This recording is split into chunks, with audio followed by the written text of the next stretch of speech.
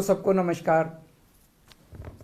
अभी कुछ दिन पहले हमने एक कैंपेन चालू किया था, एक movement, make India number 1। 130 crore लोगों का सपना है कि भारत दुनिया का नंबर 1 देश बने। लोगों का प्रश्न है कि हमें आज़ाद हुए 75 साल हो गए, फिर भी भारत पिछड़ा क्यों रह गया? कितने देश हमसे आगे निकल गए। आज जब दुनिया में कहा जाता है कि भारत एक गरीब देश है, भारत एक पिछड़ा देश है, बहुत तकलीफ होती है। 130 करोड़ लोगों का सपना है कि भारत दुनिया का नंबर 1 देश बने, भारत एक विकसित देश बने, भारत अमीर देश बने, भारत सर्वश्रेष्ठ देश बने, भारत शक्तिशाली देश बने। 130 करोड़ लोगों का सपना है। 75 साल में इनके भरोसे आज भारत, इन्हीं लोगों की वजह से, इन्हीं पार्टियों, इन्हीं नेताओं की वजह से भारत पिछड़ा रह गया। और अगर इनके भरोसे छोड़ दिया तो अगले 75 साल और भारत पिछड़ा ही रह जाएगा। अब 130 करोड़ लोगों को साथ आना पड़ेगा, 130 करोड़ लोगों का अलायंस करना पड़ेगा, 130 करोड़ लोगों को एक टीम की तरह, एक परिवार की तरह हम सब लोगों को मिलकर मेहनत करनी पड़ेगी। और अगर 130 करोड़ लोग मिल जाएं तो भारत को दुनिया का नंबर 1 देश बनाने से कोई नहीं रोक सकता। यही हासिल करने के लिए मैंने ऐलान किया था कि मैं पूरे देश की यात्रा करूंगा। मैं हर राज्य में जाऊंगा, लोगों से मिलूंगा और लोगों को इस मूवमेंट से, इस आंदोलन से, इस कैंपेन से जोड़ने की कोशिश करूंगा। कल मैं इसकी शुरुआत कर रहा हूं।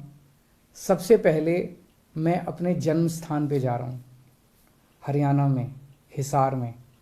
मैं हिसार में पैदा हुआ था। हिसार में एक गांव है, हिसार के पास सिवानी, वहाँ पे पैदा हुआ था। हिसार से मैं अपनी इस शुभ यात्रा का, पवित्र यात्रा की शुरुआत कर रहा हूँ। और वहाँ से एक एक करके सभी राज्यों में जाएंगे, लोगों को जोड़ेंगे। जो जो लोग इस आंदोलन से जुड़ना चाहते हैं, मेक इंडिया नंबर 1 कैंपेन से, हमारे को इस नंबर पे मिस कॉल करके आप जुड़ सकते हैं। 95-100-100 95-100-100 इस नंबर पे मिस कॉल करें और आप हमारे साथ जुड़ जाएंगे। मैंने अक्सर कई बार बोला है कि भारत को दुनिया का नंबर 1 देश बनाने के लिए बहुत सारे काम करने हैं, लेकिन एक चीज कहते हैं ना, necessary but not sufficient condition.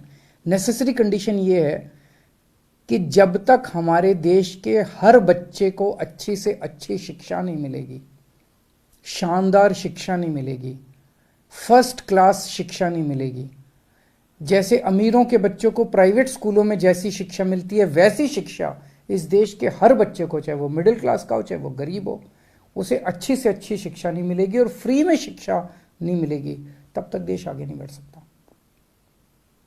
1947 में हमारा देश आज़ाद हुआ।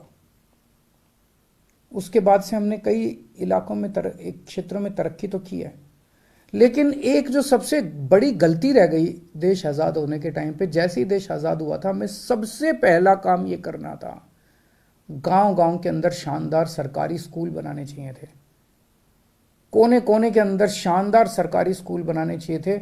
अगर हम उस टाइम ये काम कर जाते, आज भारत के लोग जो हैं वो शिक्षित होते, और एक शिक्षित अगर पूरा देश होता, सारे बच्चों को अच्छी शिक्षा मिली होती, हमारा देश गरीब देश नहीं होता। 75 साल खराब हो गए। कल प्रधानमंत्री जी ने एक ऐलान किया कि 14,500 सरकारी स्कूलों को देश भर में अच्छा बनाया जाएगा, मॉडर्न बनाया जाएगा। बहुत अच्छी बात है, लेकिन 14,500 स्कूलों से क्या होगा? देश में 10.5 लाख सरकारी स्कूल हैं, 10.5 लाख। अगर 14,500 स्कूल एक साल में अगर करेंगे तो 100 साल लग जाएंगे 10 लाख स्कूलों को, 70-80 साल लग जाएंगे 10 लाख सरकारी स्कूलों को ठीक करने में। इतना टाइम तो नहीं है। 75 साल खराब हो गए।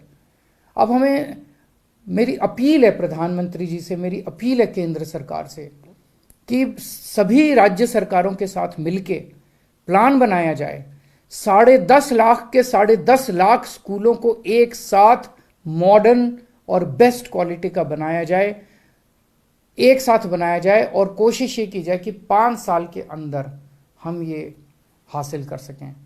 जब तक हमारा देश के बच्चों को अच्छी शिक्षा नहीं मिलेगी तब तक देश आगे नहीं बढ़ सकता।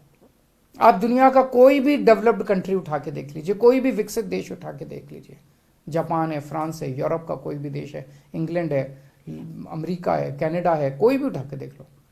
एक देश बता दो जिसने जो डेवलप्ड हो गया हो, जो आगे बढ़ गया हो, जो अमीर बढ़ गया हो और उन्होंने अपने बच्चों को अच्छी शिक्षा का इंतजाम ना करा हो।